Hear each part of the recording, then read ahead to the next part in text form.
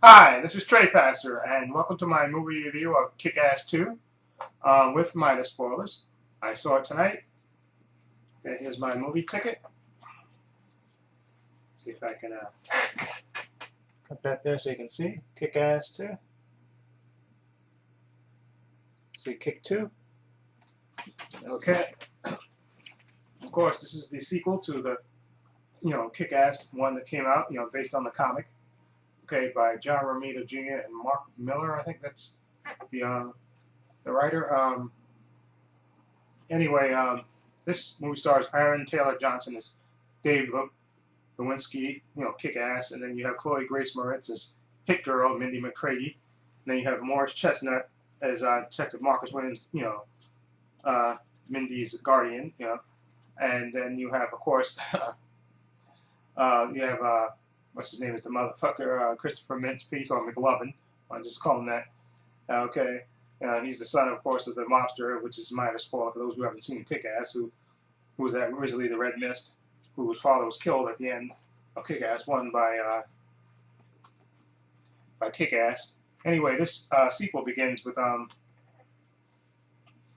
actually with Mindy and Dave training and stuff, and then of course Mindy gets busted by her her guardian, who forbids her to dress, to go out dressed up like, like Hit Girl and solving crimes. So he wants her to live a normal life. Okay, so she makes him the promise that she won't dress up like Hit Girl again. So basically, she kind of leaves Dave in the lurch, and he basically sees a bunch of other heroes that's been inspired by him. The first movie, regular citizens that they're inspired by him, so they don costumes and start patrolling, and so then he joins a group, okay, led by Jim Carrey's character, is the reformed mobster, Colonel Stars and Stripes, okay, and of course they form a little group to go out patrolling and stuff, and they feel like they're part of something, and then of course, and then you have Chris D'Amico, the motherfucker who wants to avenge against, of course, against Kick-Ass for basically killing his father, of course, in the first movie. So he forms his own little team, okay, and he gets them together to go after Kick-Ass and the other heroes, okay. And let me say, this movie, I enjoyed it, certain parts of it. It wasn't as good to me as the first, Kick-Ass, and of course I know this one is written and directed by a different director, okay, than Matthew Vaughn, and you can tell the story to me wasn't as strong. I mean, I liked certain parts of it. Like I thought Grace Moretz, I thought she was really good. As Hit Girl, Mindy McCready trying to be normal and not be Hit Girl, even though that's, you can tell that's what she's born to do. That's and they have very good moments of her. Basically, you see her conflicted and stuff and trying to live a normal life and stuff. Okay, and then of course I think Aaron Taylor Johnson is good as is Kick-Ass, and of course Christopher Mintz-Piece is the motherfucker Chris D'Amico. He's over the top, and his character is supposed to be that way, so he's good in his part. And then you have the little side character. I thought Jim Carrey as Colonel Stars and Stripes was pretty good, actually, in the movie. I know he changed his mind about the violence in this, but I thought he was really good in this movie. Actually, I think he played his part straight and for the most part, and he was really good, actually, and believable. Okay, I had no problem with him. Then you had Donald Faison, he was one of the heroes, Dr. Gravity. You even had John Leguizamo in there as Chris D'Amico, the motherfuckers. I guess you call him his evil butler in the movie, because he was like his he worked for the parents, and now that the parents were gone, he worked for McLovin. Okay, and he was actually pretty good. John Leguizamo, he was pretty good in the movie also. Okay, and basically this movie, like I said, is basically motherfucker trying to get revenge against Kick-Ass, targeting Kick-Ass and the people that he cares about and his team, and then of course you have the conflict of Hit Girl Mindy trying to live a normal life and give up the superhero business, even though that's not what she promised her father, to protect the city.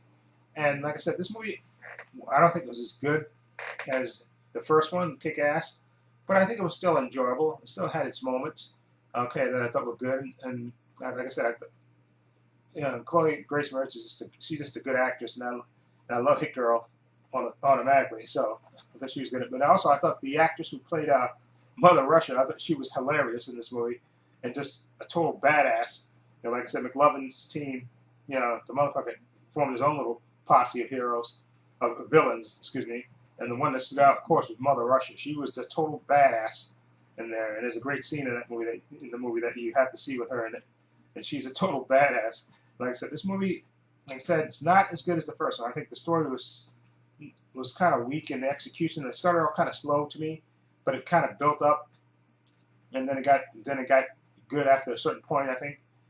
But it still had humor all through it, and I love the interaction between Mindy and the girls that she tries to hang out with to be normal. I'm not going to say anymore. I love that interaction. I thought it was great. And like I said, I love the clash at the end that they had, which I thought was really good. And like I said, I don't think this movie is as good as the first one, but it's still enjoyable. Like I said, if I was to rate it, okay, the first Kick-Ass movie, I would give an 8. This movie, which I don't think was as good, I think it was like a step. Sorry, again, my sound went out when I was in the middle of a rant. But anyway, yeah, like I said, I was saying, I think Kick-Ass 2 is like a step below the first Kick-Ass. Okay, still enjoyable, but not as good as the first one. Okay, and I think I said this in my other review. The actor that played Todd, they got a different actor that played Todd. The three friends.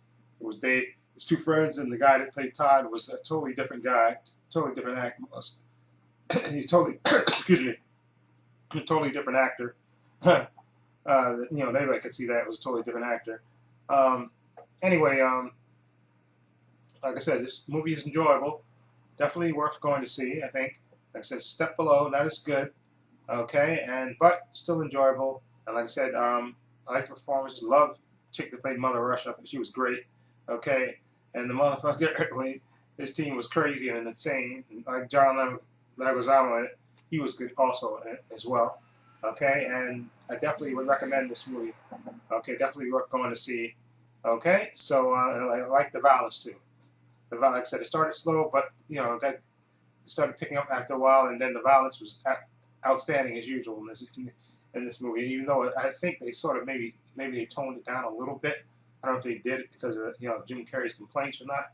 Because I read somewhere that a certain thing that happens later in the movie is not as maybe it's not as wild as it could have been. Okay, but I still enjoyed it. Okay, so let me know what you think. Feel free to leave comments down below. Also, one last thing I want to mention. I don't think I mentioned this in my review, which is in like 3 videos because I had to spice them together. I thought Jim Carrey was really pretty good actually as well in this movie. I know he started complaining about the violence in it, but I thought he was really good actually in the movie for what he for all his protest against the violence. I thought he was pretty good in the movie actually. He was pretty decent. So I know he disavowed the violence, but he was good. He played his part really very well. So I had no problem with him. He was funny and serious and definitely a nice part of the movie. So that's what I just wanted to say. Get that in there. Okay? Thank you. This is Trey Pastor saying so long and take care.